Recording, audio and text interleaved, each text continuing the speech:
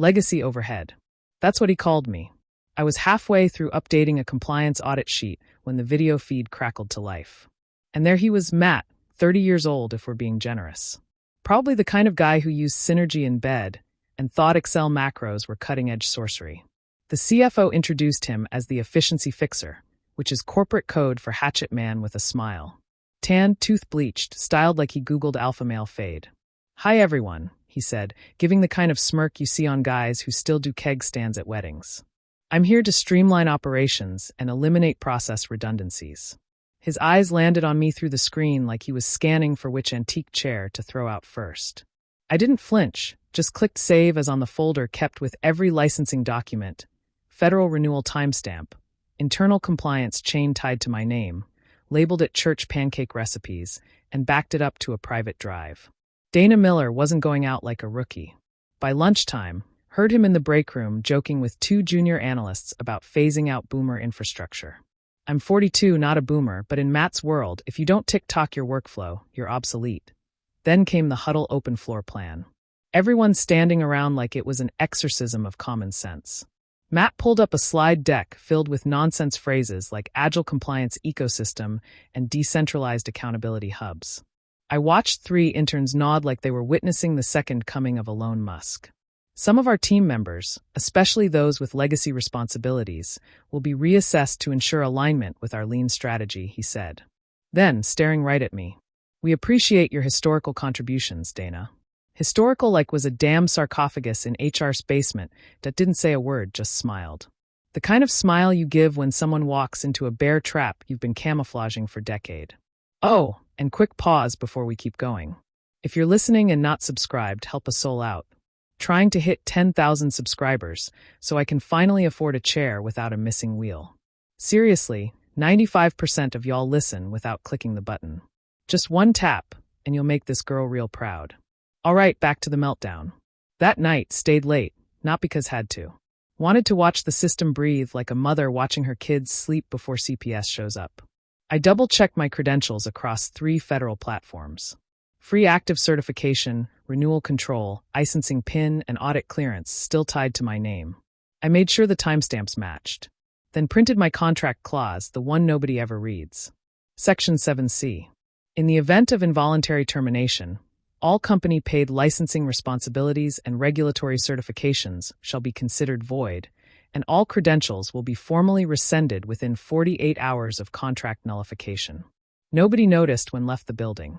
But noticed the way Matt's eyes lingered on me that morning like a lion staring at a cow, not realizing the cow has access to predator drones. You ever see a man mistake a fuse for shoelace? You will.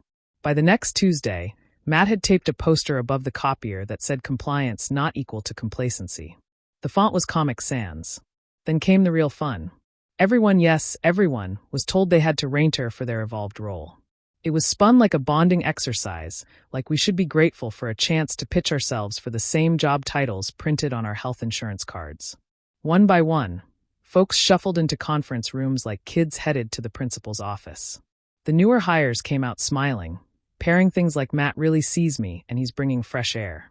I wanted to tell them that kind of air comes from a busted sewer. Great. When it was my turn, I didn't bring a resume.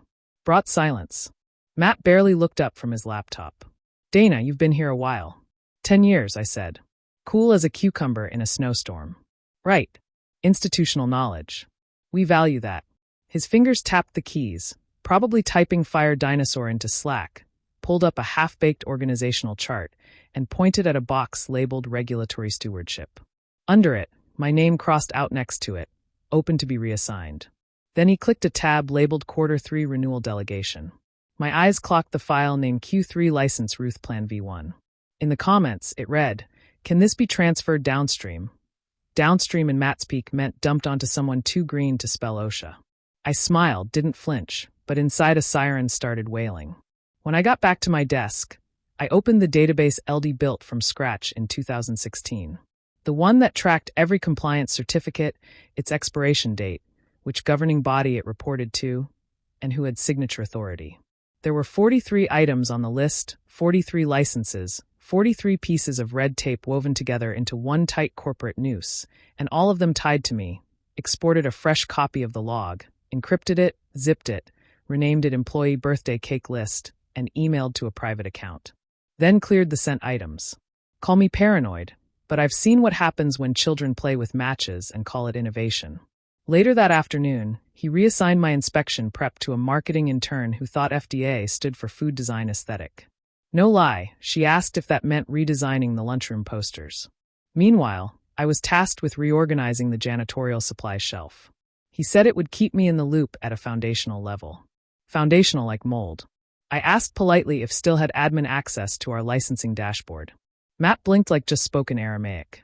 Oh, think we routed that to Chloe last week. You don't really need it anymore, right? Chloe had just learned what a PDF was. I didn't argue, just nodded, logged into a terminal down the hall, and revoked her access from the shadow admin panel LD never told anyone about. If was getting kicked off the ship, I wasn't leaving the map behind. I walked past Matt's glass-walled office later that day. He was laughing on a call, something about scrubbing out the old wood. He didn't notice me watching, but noticed something. The fuse was shorter now, and the room smelled like smoke. The first time I heard them laughing, I let it slide, was 3 of the junior analysts fresh from college, still wet behind the ears and smug with borrowed confidence, hovering over a print out of my old compliance flowchart, like it was a cave painting. This thing uses color codes like it's a Crayola box, one snorted. Another added, she even timestamps everything manually. Does she know automation exists? They were clustered near the break room like a pack of overconfident poodles, sipping cold brew and dropping buzzwords like agile iteration and machine learning integration, as if those phrases had ever stopped a federal audit. I walked past head high, but my spine burned. By Wednesday, LD been locked out of 3 internal dashboards, 2 of which designed. No warning, no access request, just a red 4003 screen and a pop-up that said, "Contact your system administrator." Spoiler. I was the system administrator, or had been, emailed it. No reply. I tried calling HR. The voicemail was colder than January in Detroit. Finally got a real person after 4 attempts. They said, "Sorry, Dana. All HR requests now go through your departmental manager." That's Matt. That's Matt. Like they were announcing the second coming, but with more hair gel and less divine oversight. Didn't reply. Just hung up and stared at my monitor, empty but glowing.